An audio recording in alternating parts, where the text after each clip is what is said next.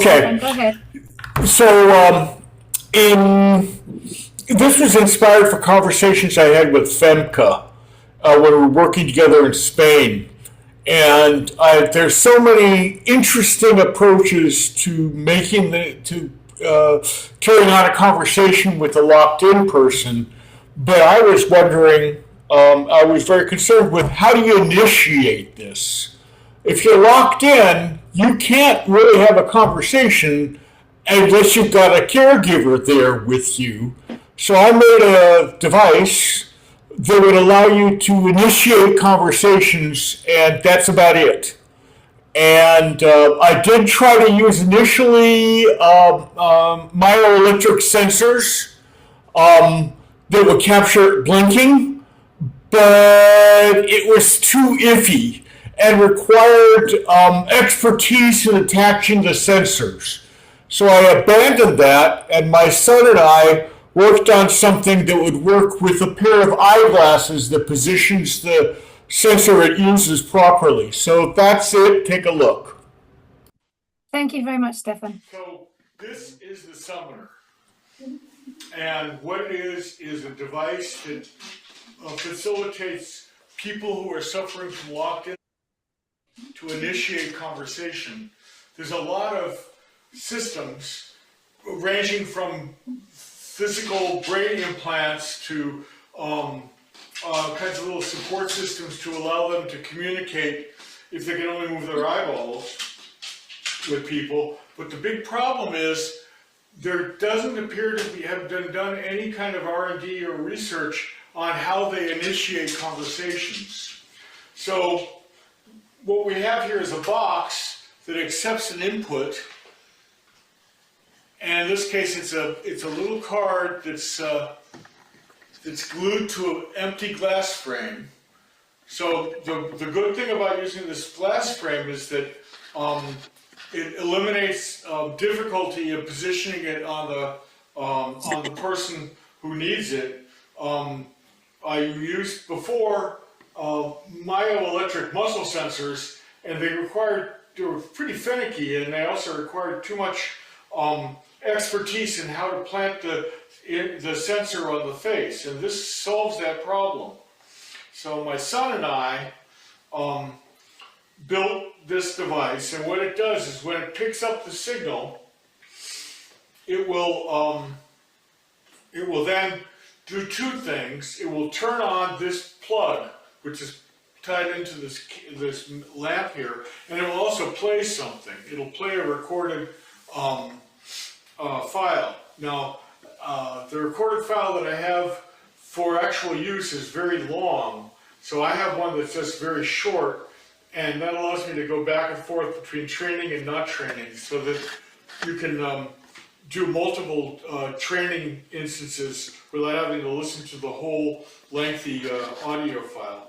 So I'm going to try it on right now. I'm going to put it on, and what it does here is it's set in the Arduino that's driving this whole thing, so that I have to do a long blink, a short blink, and a long blink.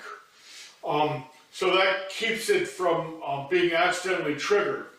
So if you look here at this bar, this bar is reading the intensity of the output of this chip.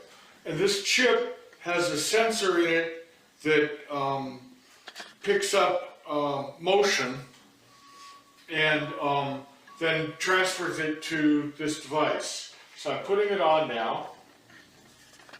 And you can see the bar gets bigger. All right, so now I'm in test mode. So I'm going to do a long blink and a short blink and a long blink, and you'll see things happen. Long blink, short blink, long blink. You successfully triggered the device in learning mode. See, it's really easy to train the person to do this. It's just a long blink, a short blink, and a long blink. And the fact that it needs all three of those things keeps it from being triggered accidentally, as I said before. So I'm going to turn it to the actual one. You see, the nice thing about this bar up here is that it lets you know that it's alive and picking up signal without necessarily doing anything. So that helps the caregiver to get it set up in the first place. Once it's set up, I'm going to trigger it, put it into non-training mode. There's a card in there, a memory card in there that can have arbitrarily long audio put on it, and there's an MP3 player that plays whatever you put on that card. So that's relatively easy to customize for the person.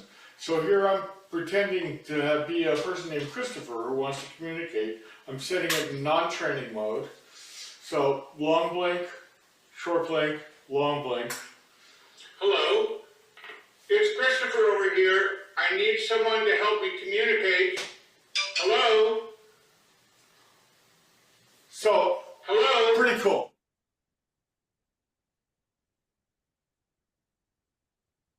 That is very cool. That is very Okay. cool, Stefan. I have a little. Can you hear me? Yes, Yeah, you I have a little problem with the device. I'm retired and don't have access to anyone to test this thing.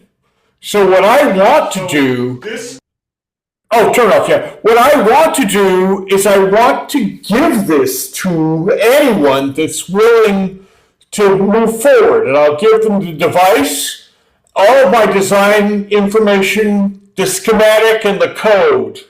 I'm thinking particularly James B. and Tina F. might be good people to get it. Now, James, I saw what looked like the Golden Gate Bridge in the background. Where are you, James? got a feeling James might have left. Are you here still with us, James? Got a feeling he's left, but he's in the States. I think he's near Washington.